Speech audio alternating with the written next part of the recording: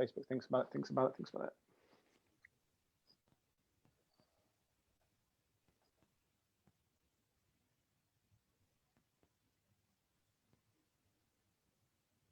Good evening, everybody, and thank you for joining us for our interview with Intimacy Director and Intimacy Coordinator, Lizzy Talbot, brought to you by Amplify Film Festival. And thank you for bearing with us for those of you who were waiting for our 7 o'clock start. So we're going to give people a few moments to find us again. And if you're joining us live, hello. And if you're watching the recording, where were you? Please, I'd like to know. Do let us know where you're watching from tonight and maybe what your background is as well. So are you a filmmaker, an actor? Are you someone who's just interested in the topic that we're discussing? Do let us know in the comments.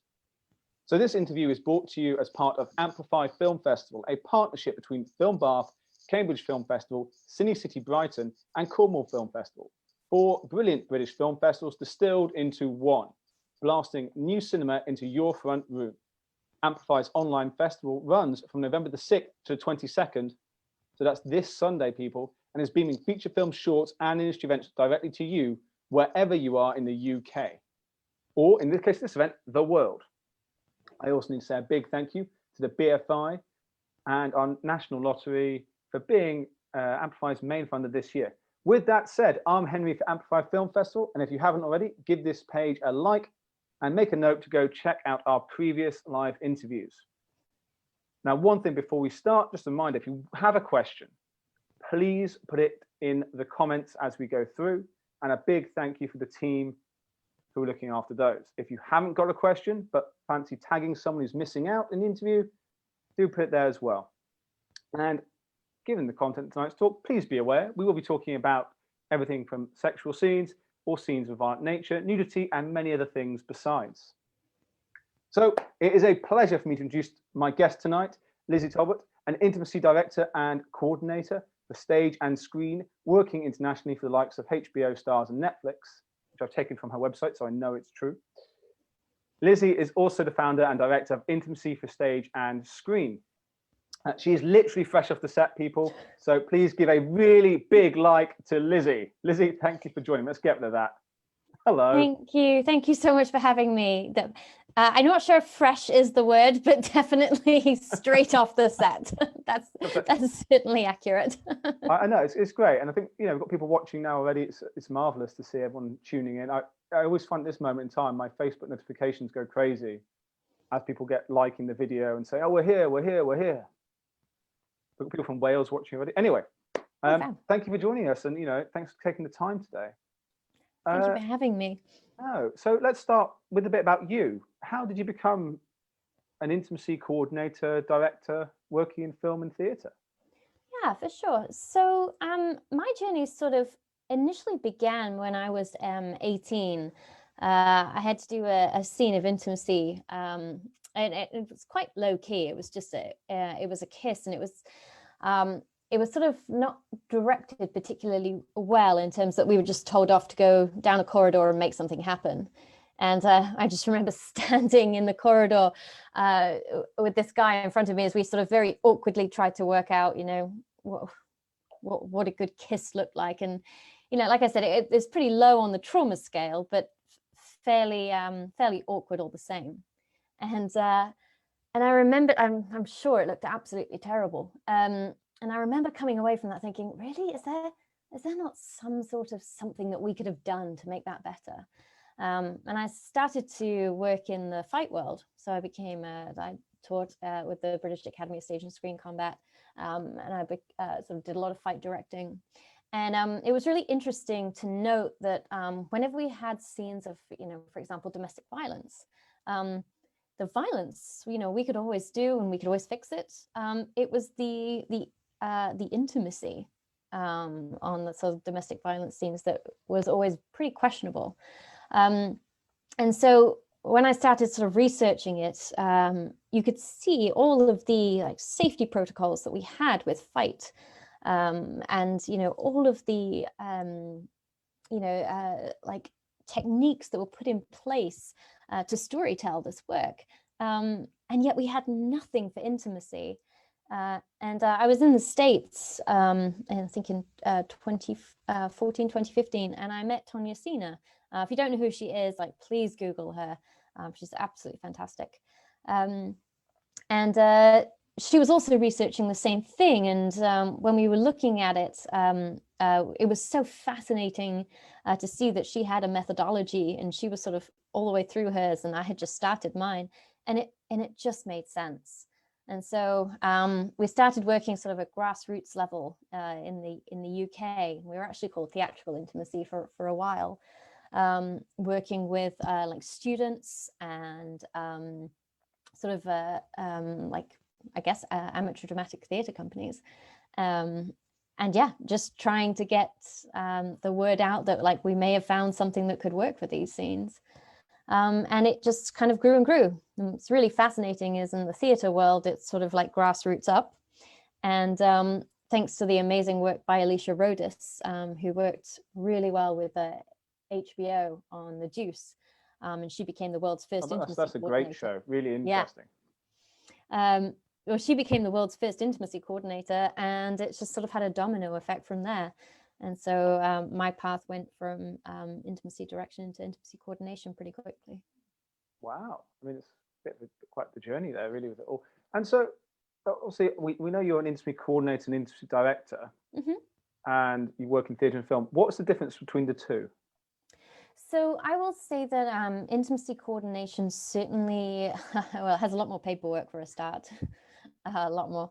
I would say in the timing, I think for intimacy direction, you often get to delve quite deep, obviously into the character work, into the choreography. You have this sort of big build up, and then you leave them to it once they've got established, and once we've got the stage manager essentially sort of taking over and running the intimacy calls. Whereas with intimacy coordination, the build-up time is a little shorter. You have a little bit less time to work and to choreograph. And of course, once it's done, it's done. It's not repeated, night after night. And I would say that there's a lot more coordination on the obviously the intimacy coordination side of it, because you're going over so many different departments. You're going over stunts, you're going over VFX, you're going over sound effects, obviously costume, hair and makeup. Whereas for intimacy direction, it tends to be a little narrower than that. I was giving my next question, actually, is how you work with other departments. So you can't... Yeah, so it's interesting. I think it's incorrect to say that our profession is the only profession that has ever cared about actor safety. That's just flat out wrong. There have been so many people from so many departments who have stepped up and stepped out to protect actors, particularly in the film world. And so the difference with our job is that we sort of have like the bird's eye view of the intimacy for the TV series or film from beginning to end. And so we're sort of really looking at pre-production work all the way through to the final cut, and then like post-closure exercises as well. And so obviously there has been so much work done by us, in particular hair and makeup and costume, to look after actors because they have such close relationships. And again, like our role isn't to step on their toes at all. It's to sort of alleviate any responsibility that they've had to do to protect actors, which they're not paid to do. So yeah, I would say that that's how we work with a few of the departments. And obviously, like if there's a scene of domestic violence or something that would involve a stunt, we would liaise with the stunt department as well. I think that's one thing we hear across all these interviews from everyone is the huge amount of collaboration that takes place to make anything possible, particularly for film, be it short form or long form. And it's always great to hear that everyone can work together to make the best product that's possible. Yeah, definitely. It's been really encouraging to be welcomed onto the set because, like I said, it is a new role. It has the potential to step on a lot of toes. And it's been really lovely to be sort of welcomed into the team in that way. Great.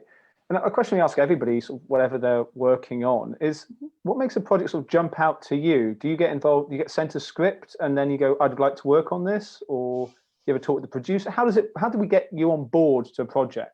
Yeah, for sure. So oftentimes, like it is the producers or the production coordinators or production managers will get in touch with us and say, hey, we're interested in having an intimacy coordinator. Like, here's our script. Are you interested?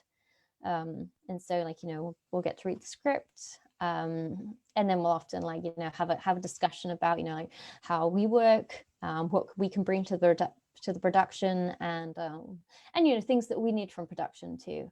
And sort of that's really how it works, and it's always in pre-production stage. I never want to be called in the night before. It's all about that planning that you want, and that's the thing. Yeah.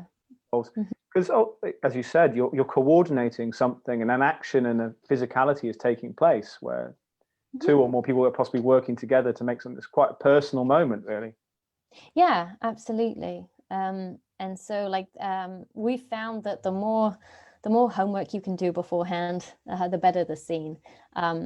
It's never a good idea for someone to find out what their boundaries are in the moment, because chances are they've already been crossed.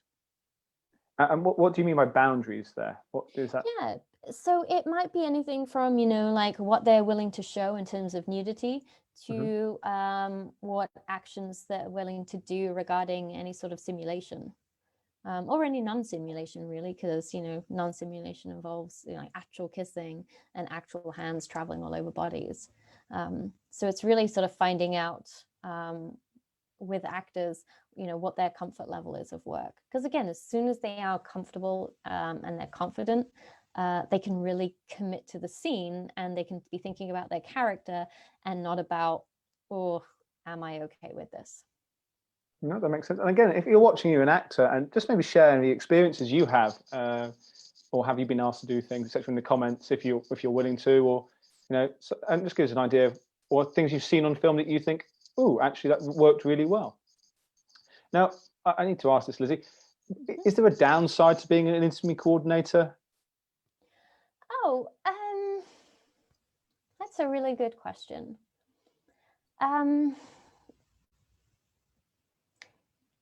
I think sometimes when you, obviously we've met resistance for so many years now. We're kind of used to it. But I will say that can be pretty exhausting, and it can burn you out quite hard. I found, especially in the first couple of years, constantly justifying why this was important. Because, again, like, for me, this certainly started pre-Me Too. So, of course, a lot of the reactions from the industry was, like, hey, this is how it's always going to be, like, the industry is never going to change, particularly if you're a female, like, this is what you can expect in the industry. Like, especially when you're working with actors who potentially have trained at drama schools, and potentially, they may have had professors or instructors who are very much like, yes, and, like, you must always be open, you must always agree. If you don't, you can be labeled, and you could be labeled as difficult, or, not a team player, or, I heard someone say once, well, you should just go and be a pharmacist then, because this isn't for you. And it's like, no, actors can still have body autonomy, and they can still have boundaries. They're still human beings. And so I will say, like, the first few years, it was certainly a tough time, and it was pretty exhausting work. So, and, like, even though there is less of it now, I still do meet it.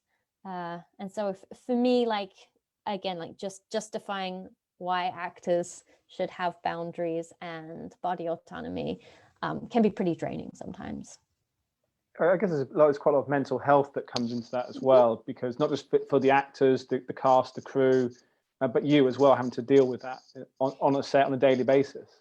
Yeah, for sure. And I think, you don't really come into this role unless, like, I believe that you care about people and you're empathetic. And so sometimes the downside is that you can burn out pretty quickly. So you've got to be quite careful in that, like, making sure that you have boundaries too. you know, and what you're willing to do and what you're not willing to do. It's very easy to say yes to absolutely everything because, you know, like you want to help people and, you know, like there can be a bit of a savior complex. So it's just making sure that, you know, like you're keeping that in check and you're not spreading yourself so thin that you can't do a great job in the role, you know, in the position that you have. But yeah, like we're all mental health first aiders. And so that's one of the things that you know, we're quite like we're pretty determined that everyone needs to have that who's interested in doing this role, just because so much of the damage is what you can't see, you know, like and I think that was the main issue coming into it, especially from the fight world, because, you know, it's pretty obvious if a stunt goes wrong and someone breaks their leg. You know, like we're all pretty clear that, you know, like there was physical trauma there. But one of the issues that, you know, that the intimacy world has had for so long is that the damage has been invisible, or at least publicly invisible for such a long time. And you know, it can happen, you know, days, weeks, months, years later, but it's still there. No, definitely. And there's been obviously things in the last few years that have helped illustrate that to a much wider audience. And obviously people watching, I'm sure, can go, you know, research that if they want to. But then linking to that, I guess, is where does your role begin when it comes to action? Was an intimacy coordinator begin when someone maybe is holding hands, kissing, or all the way up to simulated sex? Or where does it sort of begin and end? Yeah, for sure. So we typically deal with scenes of nudity and simulated sex, but it's not limited to that, because, you know, for example, if there is sort of you might determine like a grope, or, you know, like physical body contact, you know, with hands all over someone else's body, you know, like that's a very easy boundary to break. It's, you know, it can be triggering to some people. And also it's, you know, essentially it's about storytelling.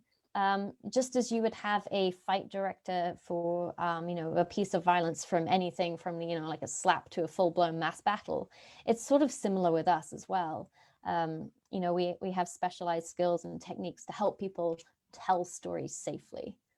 And so it's really sort of like, again, down to the actor, because, you know, like if an actor wants, you know, help and they want some techniques, like that's something that we can also offer.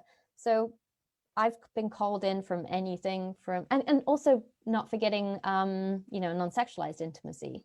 You know, we're there to help create relationships, and whether that's, you know, from, you know, people who are sexually intimate to everything from, you know, brother, sister, parent, child, best friends.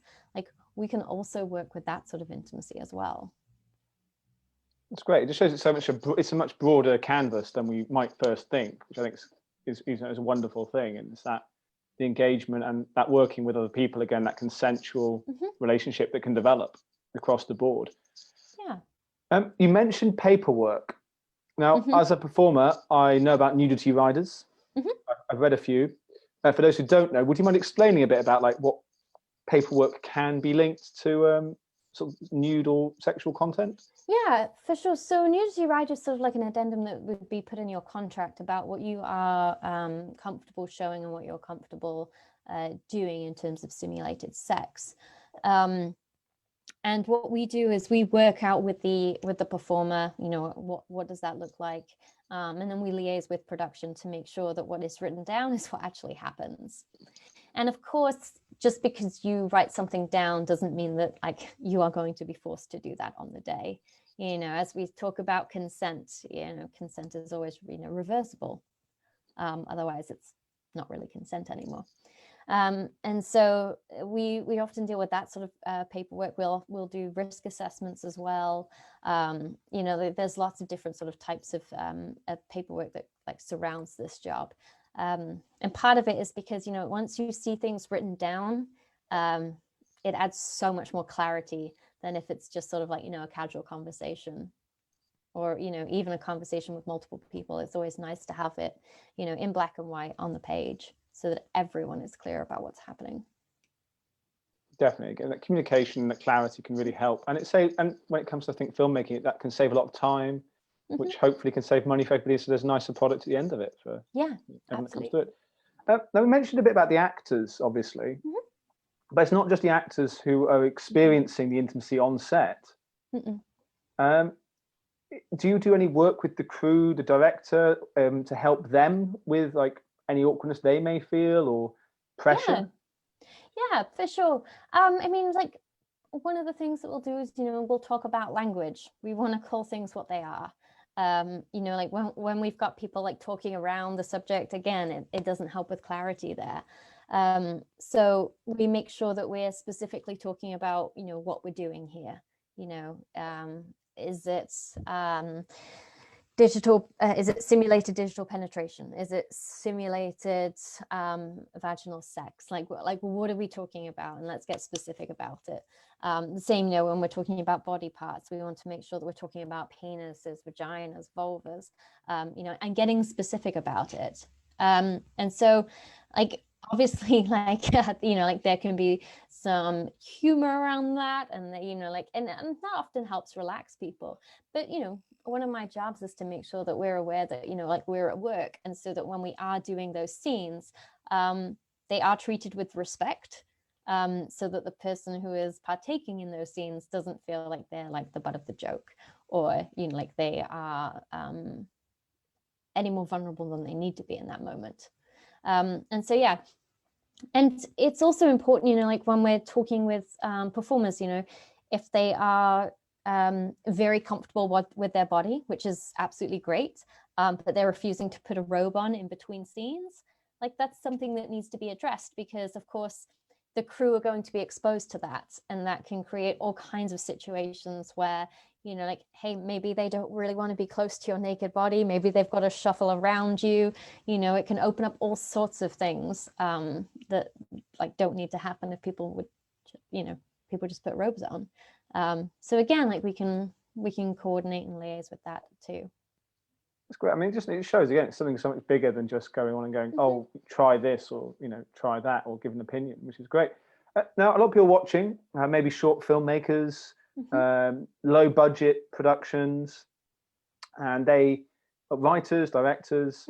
Now, they may be putting a script together that has intimacy in it in some way at different levels, but might not be able to necessarily afford someone like yourself, or have never done it, but they've never had an intimate scene before in a script.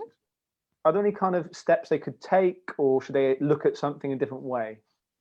Yeah, and I guess like obviously as we spoke about, when it's working with sort of lower budget films, I would pose the same thing that I would pose to them if they were considering like a mass battle. It's the same situation. If you cannot afford to bring a professional on to keep your actors safe, maybe pick something else or choose something else. There are so many different things that you can do which will still tell the story, that might not involve showing nudity or simulated sex. And especially in the world of COVID right now, we're having to think really creatively about how we do this. Even closing the door with people removing like some top layer of clothing, we can still get the idea. And so again, it's whatever will tell the story, but again, keeping those actors safe if you know that you can't afford a professional to look after them. No, that makes perfect sense. And for those who don't know, I do a bit of work with swords, and with the same thing when it comes to fight and stunt work. It's that, can you imply it in another way, particularly around things that put people in danger, or if you're working with people who have not experienced it before, it's very important to have different ways of approaching things. So we're coming towards the questions from the public, Lizzy, but there's a few more from me, I'm afraid, beforehand. So do keep those questions coming in, and thank you for Yo-Yo and Sally for sending those across. And don't forget to let me know where you're watching from, and so what your background is. Are you a filmmaker, an actor? Are you just here to find out more about what we're talking about? And the same if you're watching the recording. But Lizzy, it's obviously a very new role that you're in at the moment, and there's clearly a need for intimacy coordinators who are properly trained, properly educated. How can someone go about becoming an intimacy coordinator? Yeah, for sure. So we offer like various training on our website. I will say that we are going to open up again pretty soon, but obviously we've had to close from COVID. So we're just hoping that we can get our numbers down to like the COVID numbers in the country down to a far safer level, because we'd be pretty poor intimacy coordinators if we couldn't keep the people that we were training safe. So we've been on hold for a little while now, but like I said, we're hoping to get ready soon. I think we've got like a list of courses that we have as prerequisites before becoming an intimacy coordinator, and the reason that we decided to do prerequisites before actually training to be an intimacy coordinator is that, you know, like, these are great courses for the industry to have in general. So, you know, it is not a bad thing for people to take a mental health first aid course. Like, it is not a bad thing for people to take conflict resolution. You know, like there are so many things and so many great courses out now, particularly that that are online now that never used to be. You know, like you can do Beck2's creative passport, which is like a health and safety qualification, and that's now online. And I would really encourage people to sort of, you know, to get on there and do those things, because even though they're prerequisites for our course, they're also just, I really truly believe, like, good things for the industry in general, to make this industry a safer place. We've seen very publicly, as we discussed before, you know, how dangerous this industry could be. You know, like health and HR departments are pretty rare, let's put it that way, and yet they're not in sort of like nearly every other profession that you can walk into, but they are, you know, in our world. And so I think for just an increase in general knowledge on, you know, consent work is a great thing for everyone to be aware of. Mental health first aid, you know, like that's a great qualification for people to have who are working in an industry that demands incredibly long days, very tight-knit relationships, and, you know, large stress levels due to sort of all sorts of things like budgets and storylines and things like that. So we should all be protecting ourselves in that respect. I definitely agree. I mean, we did some training today with Biffa about impartial bias. It was great, just that kind of, you know, the training. But yeah, and people looking to go training, Beck2, Screen Skills, obviously yourselves, we put your website in our chats as well. So, but I think anyone working, do go and look and see what's out there. There's a lot of free stuff at the moment as well, and free workshops to get started somewhere and, you know, begin the journey. Yeah, we've got a workshop coming up on the 6th of December, which is about, you know, delivering boundaries with empathy. Because, you know, sometimes that's a really difficult thing to do. You know, like, how do you tell someone your boundaries in an empathetic way? Like, and how do you do that with compassion?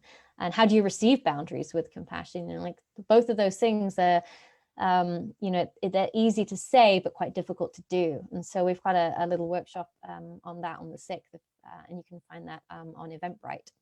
Ooh, that sounds great. So one final question for me for now. Let's say I'm making a film and I do have a budget. How do I hire an intimacy coordinator? Is there a central website I go to? Do I just look online? Is there places I shouldn't look?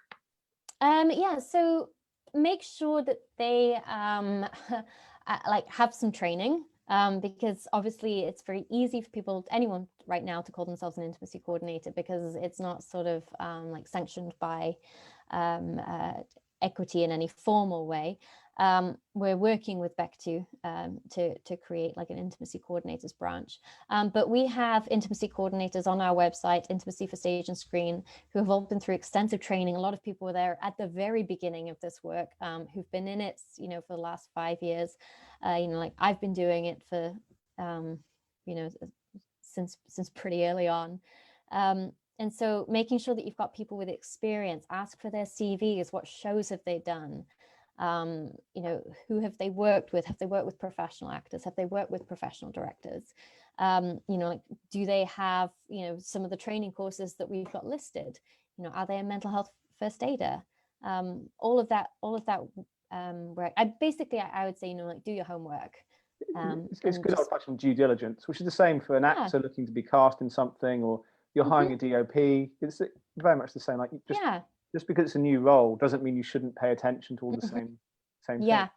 it's very easy to just sort of go, okay, tick that box, but you know, like really have a look. What have they done? And have they done things that, you know, have they done the genre that your film is in? You know, like that's also really important, because then they'll have experience working in fantasy, or they'll have experience working in like historical dramas, or do you know what I mean? Like, I think that's also really important. Well, you've actually segued nicely onto my first question from people, believe it or not. Oh, So I was lucky. that's the questions from me for now. So, Lizzy, are you ready for some questions from those watching? For sure.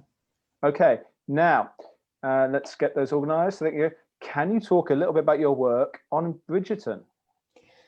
I can talk a little, very little bit about. Give us the little bit you can talk about. Right, because obviously it's not out yet, but it is coming out on Christmas Day. So you've got 8 hours that you don't have to talk to relatives on Christmas Day if you prefer not to. I would maybe suggest being careful who you watch it with. If you've got family members that you prefer maybe not to watch intimate scenes with, then maybe avoid watching Bridgerton with them. Maybe they can watch it in a different room. Yeah, it was a fantastic experience. The cast were absolutely amazing and incredible. I was truly lucky to be involved. I worked with some of the best directors and the best production crew that I really could have asked for. And quite honestly, like I love, like I absolutely love working in the Regency period. We had an incredible social etiquette historian with us called Hannah Grieg, and you can find her on Twitter. Like do follow her. She posts some really great stuff. And it was just such a blast. We went to some amazing locations. And you know, like the costumes they're just out of this world. I mean, you can see them on the photos already, and there's been a little trailer that was released. And yeah, the costumes are absolutely amazing. The wigs are incredible. The makeup is awesome. It is just so wonderfully rich and full of escapism. And I think it's probably what the world is going to need coming into Christmas. So that's Bridgerton on Netflix. Netflix this Christmas. And then linked to that, I suppose, if you are working on a period drama intimate scene, do you have to do any research into that period, or is it all given advance? Oh, for sure. I mean, like anytime that I'm working with a production, I will absolutely do like what I call my own research project. So I'm going to be looking in, okay, what undergarments are they wearing? If they're wearing any, you know, like they may well not be. For a lot of historical pieces, people didn't wear underwear, but you know, depending on what class they're coming from as well. So I think it's so important to do the homework about the piece that you've been given, because then you have, you know, far more options, whether that's choreographically or, you know, intention wise. You can be of far more service if you've done your homework and you're considering, you know, the context for which you're working in. No, that makes perfect sense. I think, you know, everyone should be able to understand that across departments as well. Okay, within your role, are you there to protect the actor from abuse or being taken advantage of because an actor wants to please and doesn't want to feel uncomfortable? Yeah, so I think that there's probably two answers to that. My job is certainly advocacy. So that is speaking up on behalf of the actors. It's doing the homework in prep to ensure that they have control of their own body and any actions regarding their body. And it's certainly to ensure that I can put in place all the safety that is required for their scene. But I would also say that, you know, part of my role is as well is to encourage like personal actor advocacy.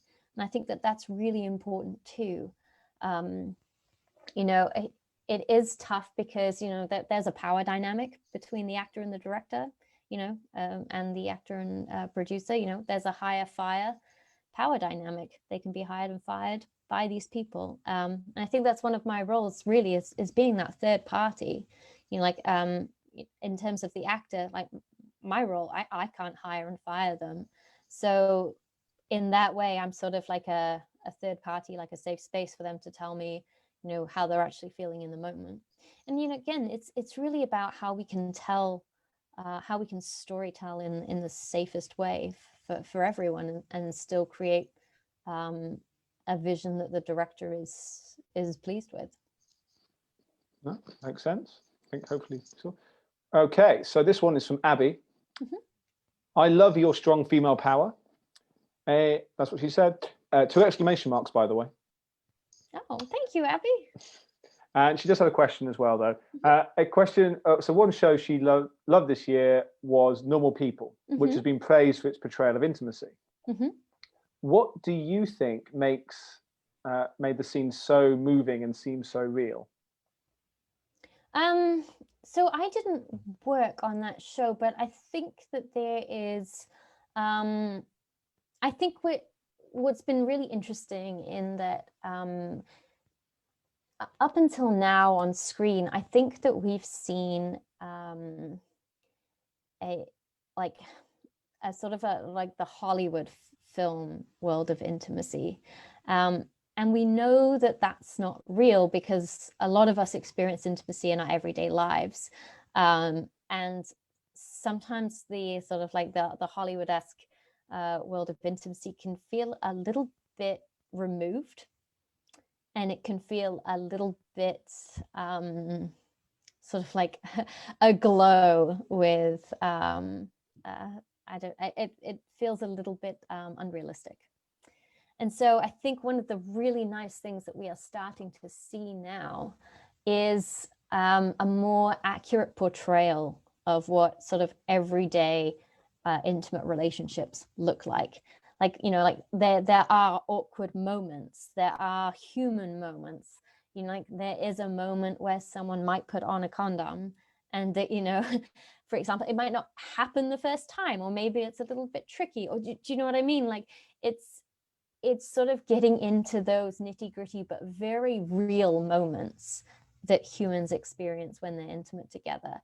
And I think that that's a really important like turning point that we're discovering at the moment as an industry, is that that's very appealing, particularly when you have like I'm going to go out on a limb here, when there are so many, there's so much access to things, like pornography and adult filmmaking at the moment, and it can give quite a warped idea of what like human to human intimacy looks like, and I think that what people are actually craving is authentic relationships, where it's where maybe the intimacy isn't perfect the first time, or one person doesn't reach orgasm, or it's taken in turns, or do you know what I mean, like the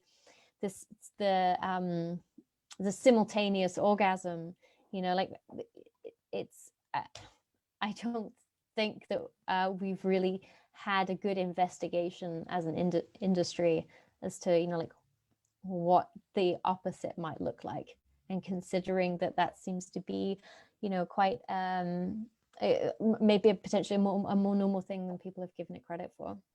No, it's definitely. I think there's exciting times ahead with it all.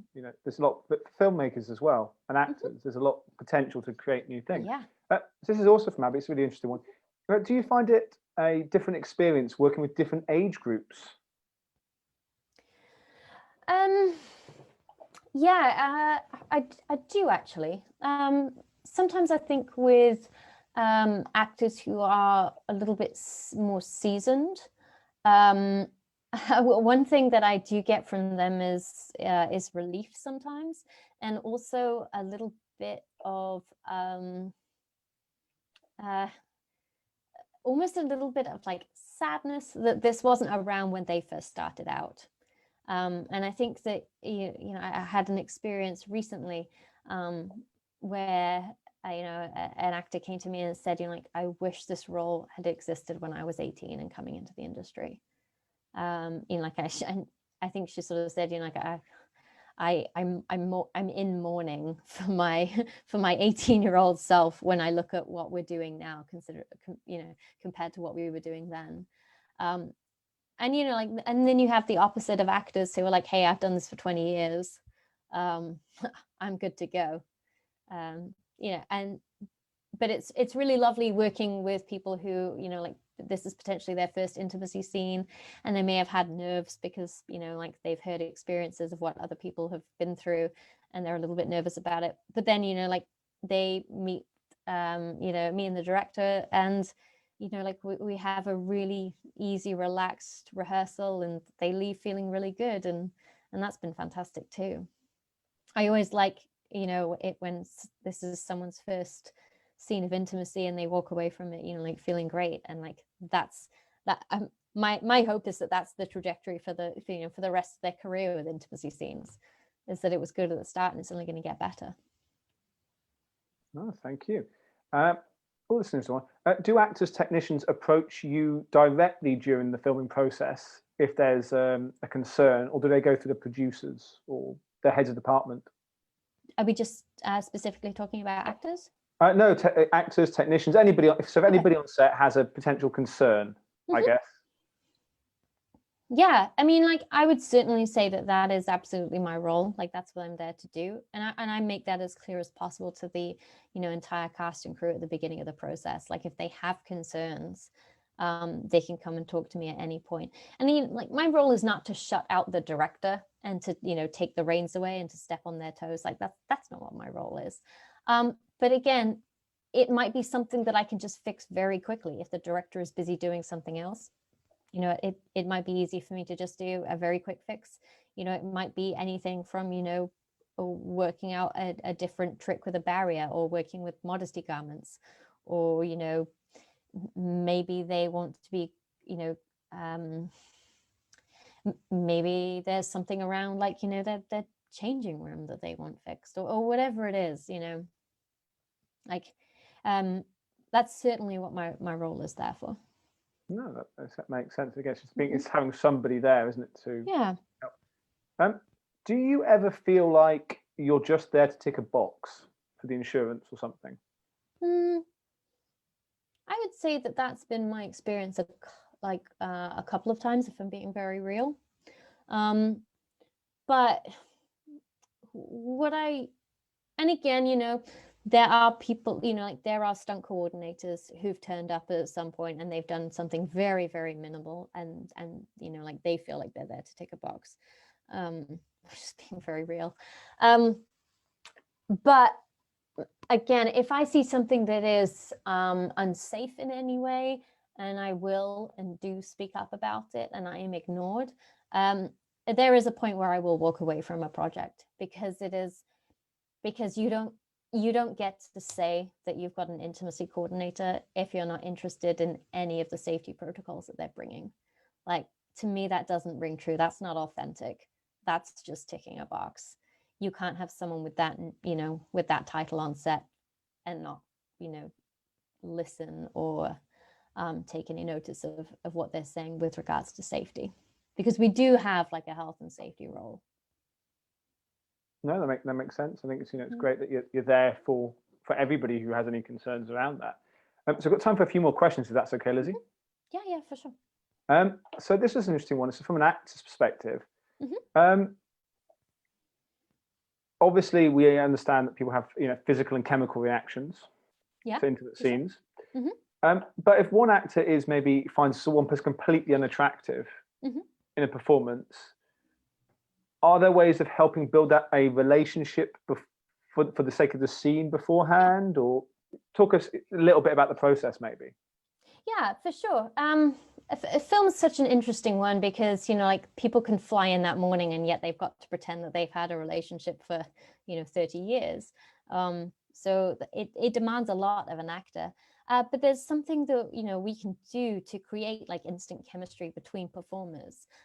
We do lots of sort of I call it emotional mapping between two performers, to sort of find a connection Because again, like we are working with pretend, and I think it's really important to distinguish between that like personal and professional body.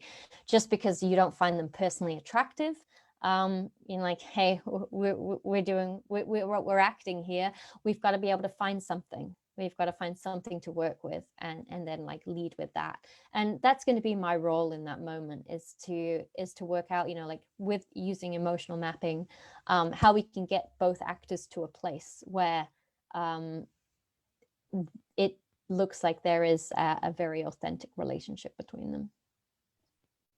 That makes sense. I think it's factoring a bit of timing, isn't it, really, as well, from the production side of things, not just to rush in to these scenes in the same way with fights or stunts or the expensive thing which has the prop.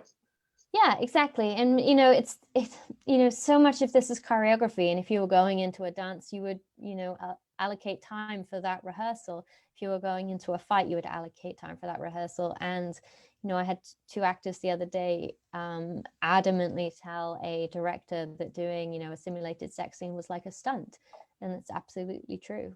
And in the same way that you would apply rehearsal time to that, you need to apply rehearsal time to this.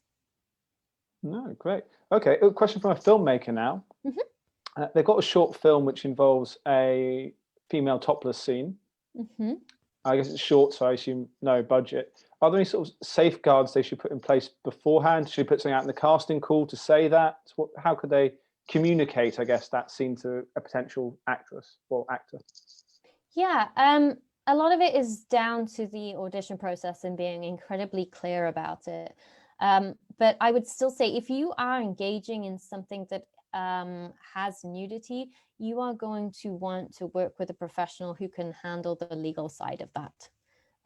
Because what you have to be prepared for if you're going to go down that road is that if you aren't working with a professional, it's very easy for people not to feel safe, and for people not to feel safe in the moment, and for people to make complaints 3 months down the line.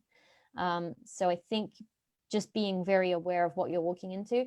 My question would be, like, is the topless scene absolutely necessary? And again, if the topless scene is absolutely necessary, then make sure that you've got a professional that can help you with that. Clarity in casting is absolutely key, and just being aware of how it's worded, just so that that there is some context around it. Context is absolutely key. It's different from a performer saying yes to something that is maybe like on a king size bed in candlelight, beautifully lit, versus topless walking down a fluorescently lit corridor in very harsh lighting. Context is everything. Definitely. I think if actors themselves are concerned, equity have quite a lot of support that can be offered around, and for filmmakers to check out what they can and can't ask people to do in auditions, and all those conversations that can take place. And again, we've got guidelines on our website. So we've got equities. We have an intimacy working group with Equity, and you can see like their guidelines for working with scenes of nudity and simulated sex, and working with an intimacy coordinator for them. And again, they're all on our website.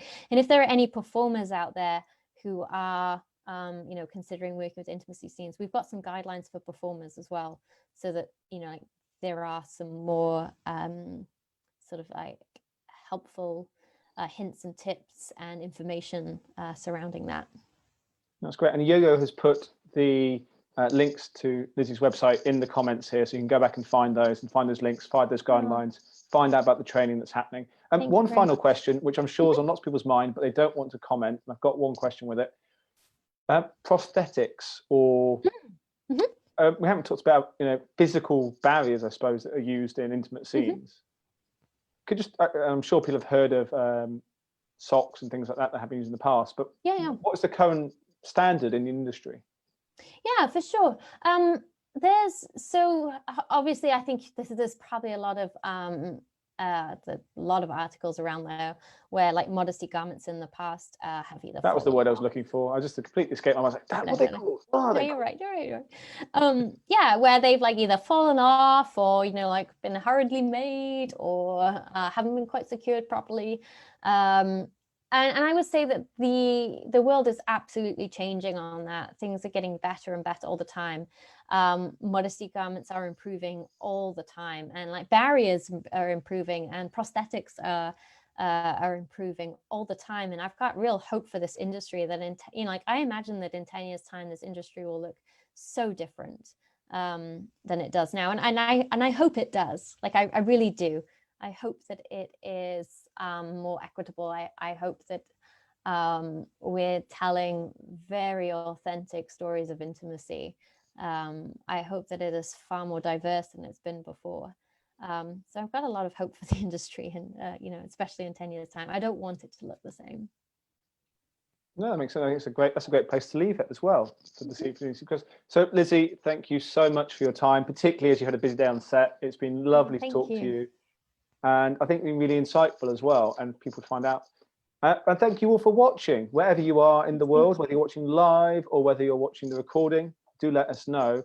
And we are also we are talking to Lizzy about possible workshops for people. So if you're interested in a intimacy workshop, please comment, let us know. We can help set those things up for people, whether it be in Cornwall or with the other Amplify partners, which would be amazing. So Lizzy, thank you so much once again. So do check out all Lizzy's work. And you can come back tomorrow at 6 p.m. where we will be announcing the winners of the Cornwall Film Festival Short Film Awards 2020. Ooh. I get to dress up, Lizzy, hopefully. Oh. We've got to find a suit to wear in a few hours. Right. We'll see what happens. Dig out that wardrobe. I will. I haven't worn one in ages. Anyway, that's it from us for the evening. Thank you very much, everybody. Take care, and why not go watch a film at Amplify?